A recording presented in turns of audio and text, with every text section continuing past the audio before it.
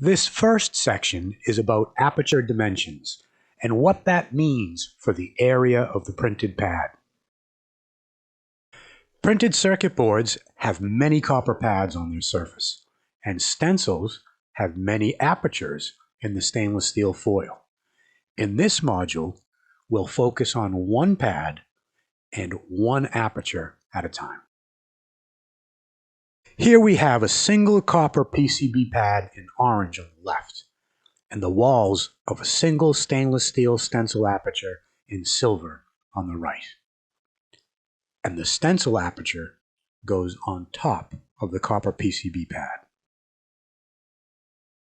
There are three major steps involved in delivering solder paste onto a PCB using a stencil. A stencil is used to place an aperture on the pad of a board. Then the aperture is filled with solder, usually with a squeegee.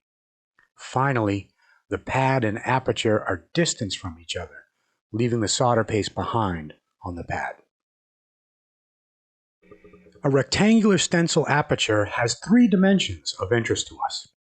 The length is considered here to be the greatest of the two planar dimensions of the aperture.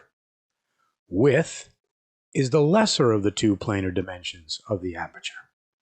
And thickness is the third dimension of the stencil aperture walls, which we'll take to be identical to the overall stencil thickness.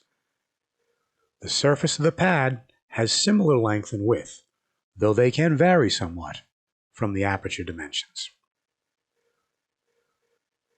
Okay, so here's the question for you. What are the names of the three aperture dimensions?